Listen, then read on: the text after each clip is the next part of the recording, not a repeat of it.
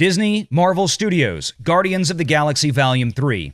It's set to open this weekend, and the Walt Disney Company and Marvel Studios are set to lose money on it. Get ready for the next Marvel Cinematic Universe box office flop.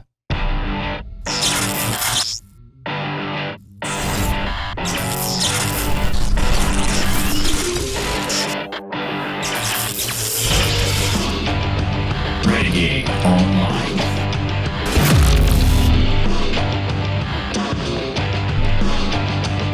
Well, folks, welcome back. Another great day here at Valiant Renegade. It's good to see everybody out there once again. And if you are like one of the many folks watching this video not yet subscribed, please take a moment and turn that little red subscribe button to gray. Hit that like button, hit that notification bell, share this sucker out on the social medias, and of course, please do leave a comment before you head out the door today.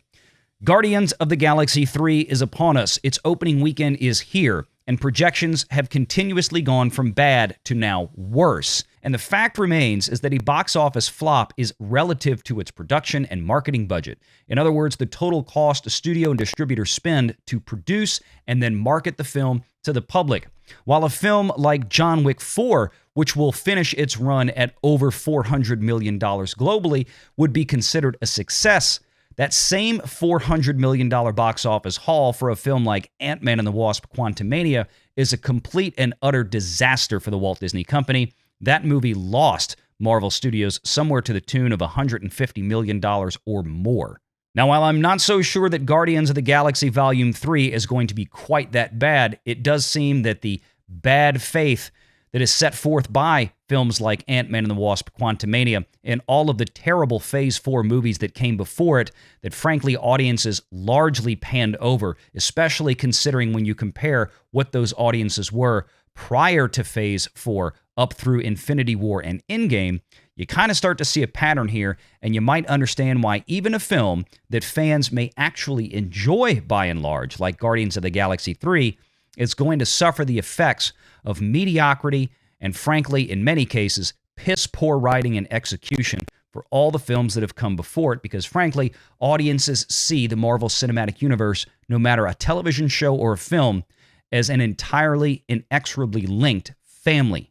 And that's probably a big part of the reason the dour numbers that we're about to show you for Guardians of the Galaxy 3's projections are what they are. From Deadline Magazine by Anthony D'Alessandro and Nancy Tartaglione, Guardians of the Galaxy Volume 3, ganging up on Super Mario Bros. With $250 million plus global box office start. Now again, I know a lot of folks look at a number like that and think that's amazing. And that is a very good start for a film.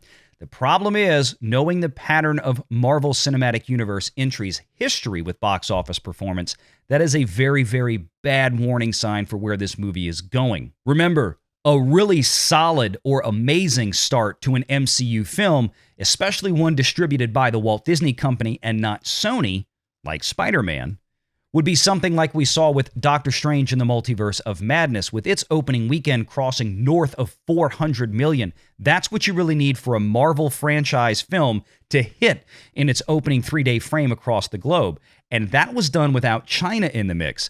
Guardians of the Galaxy 3 will have China. You can see how bad things have become for this. And of course, Guardians of the Galaxy was always a much more popular franchise than Doctor Strange in the Multiverse of Madness. Filmmaker James Gunn's Marvel Studios' swan song, Guardians of the Galaxy Volume 3, is blasting off this weekend. The de facto start of the summer box office with an eye at $250 million worldwide. Of that, $110 million is coming from domestic and $140 from overseas. As a reminder, just a couple of weeks ago, the projected range for this film was opening close to $130 million. It has dropped another $20 million since then, but Deadline's not the only one tracking this, and other sources have the numbers even worse.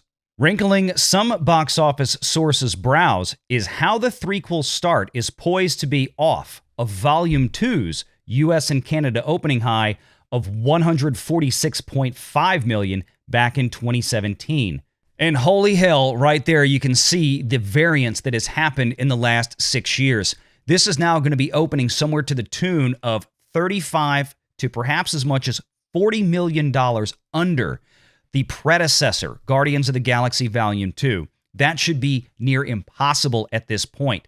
Ticket prices for theaters, especially for PLF screens, which this will consume the largesse of when it opens this weekend, are up over 30% since 2017, a massive figure. If we just scaled up the number of butts in seats and the ticket sales with real theater price increases, you're looking at a film that, if it was just going to match Guardians Volume 2, that should be opening somewhere closer to $200 million over that 3-day window, as opposed to down $25 to $40 million as projected at this point. Guardians of the Galaxy Volume 3 also has the longest running time in the trilogy at 2.5 hours. Seriously, does Disney not know how to time budget these films anymore? Wakanda Forever was 3 hours. This movie is now 2.5 hours. We've got a children's movie, The Little Mermaid, that's 2 hours and 15 minutes, due out about 3 weeks after Guardians of the Galaxy. Disney, what's going on with you? It also currently has the lowest set of reviews by critics at Rotten Tomatoes at 78% fresh versus 85% on Volume 2 and 92% on the original 2014 title. And while 78% isn't at all bad, it certainly should be a warning sign, because that is dropping from the second and first entries as noted in the article. The other problem, of course, is the fact that Guardians of the Galaxy 3 is frankly no longer a unique piece in the Marvel Cinematic Universe. See, when the first one came out, Guardians of the Galaxy was the funny, zany, lighthearted, comedic action adventure that set itself apart from the rest of the MCU. Of course, since then, Disney and Marvel have decided to turn every single Marvel picture into a slapstick, comedy, Three Stooges, zany adventure. There is nothing but sameness anymore. There is nothing but uniformity across these movies. Guardians of the Galaxy has lost its uniqueness by virtue of the fact that Disney has copied and pasted that into every other character film that they've done, and it has largely fallen flat with audiences. And I think at this point, the shine is off. While the pick is hot with all demos, we hear that Guardians of the Galaxy Volume 3 leans a tad female, given main star Chris Pratt. The demographic of pre-sales strong across everything, but it's leaning female. What does that mean? Well, it's very simple. When you look at a rapidly declining interest, when you see ticket sales sharply below their predecessors, when you see this across the board with Marvel films, and then you see that the audiences are leaning female, that should tell you one thing very clearly. The men have left the building. The men that the Walt Disney Company counted on to make the Marvel Cinematic Universe a rabid financial success is leaving, or they're already gone. They're not showing up for these films anymore because they simply don't care. But wait, there's more. But hey, if Deadline Magazine is wrong, well, how about Box Office Pro? This just also from Wednesday, May 3rd, around the same time as the Deadline article. Weekend box office forecast, Guardians of the Galaxy Volume 3 tuning up for 105 million domestic opening?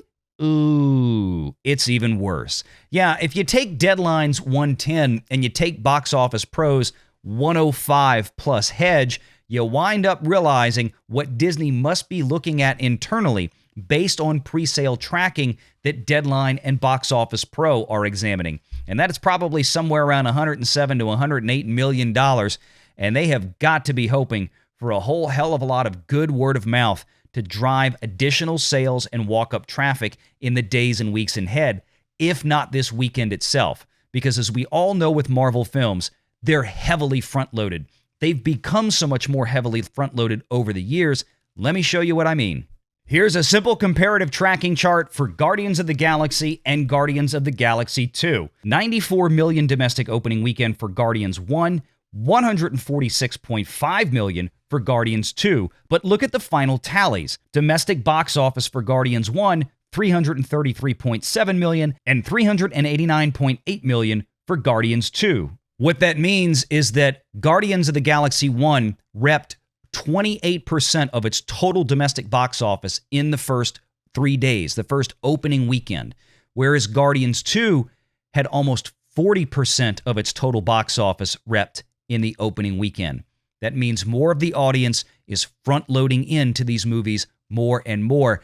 And that front-loading has only gotten worse since phases 4 and 5 have come around. Now, it's certainly possible that Guardians of the Galaxy 3 could buck this trend, meaning it could leg out to have an amazing run, maybe even hitting as high as a 3x set of legs from opening weekend. That means the final box office domestically would be 330, but that's not been happening. You can pretty much set your watch to a Marvel movie finishing up somewhere around 2.5x. That means if Guardians of the Galaxy 3 opens at 110, it's probably going to finish up somewhere south of 300 million, probably somewhere in the 275 to 280 range, and that would be a big problem, especially if you look down there and you see that production budget listed at 250 million. And if we assume a similar pattern in the international numbers, we can expect the total box office run of Guardians of the Galaxy 3, if this opening weekend holds up, to really not get much higher than, say, $650 million.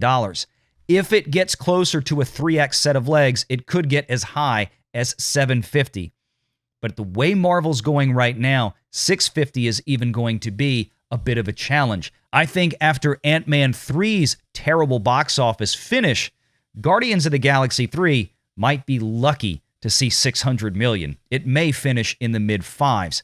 Time will tell, but if that actually happens, we have the end of the MCU before our eyes, folks, because Disney cannot sustain this. This is a film that will need to make close to $800 million at the global box office just to break even. And at this point, it doesn't look like it's going to get anywhere close. Disney films have got to make their money at the box office. They have very little in the way of PVOD or physical media sales anymore because they dropped to Disney Plus so quickly, which of course there's also no real revenue. Sure, there's some accounting shuffles with Disney Plus paying Marvel Studios to license Disney's own property to itself, but that's pretty much fugazi. That's not the same as other studios who license their content out to third parties like Netflix and Amazon Prime. That's real revenue. Disney has got to make their nut at the box office, and with the production budgets of these films, time and time again, coming in at $250 million or more likely. In the case of Guardians 3 as well, they just can't sustain this pace, especially as they promise to cut production costs and laying off thousands of staff. Now, Guardians of the Galaxy 3 may surprise everybody and find its way to $750 or $800 million plus. That's about where it's going to need to get to cross a break-even point to where the Disney company can pay their bills for the production and marketing of this film. But I don't think that's going to happen at this point. But if you do, let me know. Give me your thoughts in the comments below. Make sure you stick around. We're going to keep you updated all weekend as the box office numbers come in for Guardians of the Galaxy 3. We're going to see just how right or wrong these projections are. I have a feeling if they're going to be wrong, they're going to have been too high. Till next time, take care.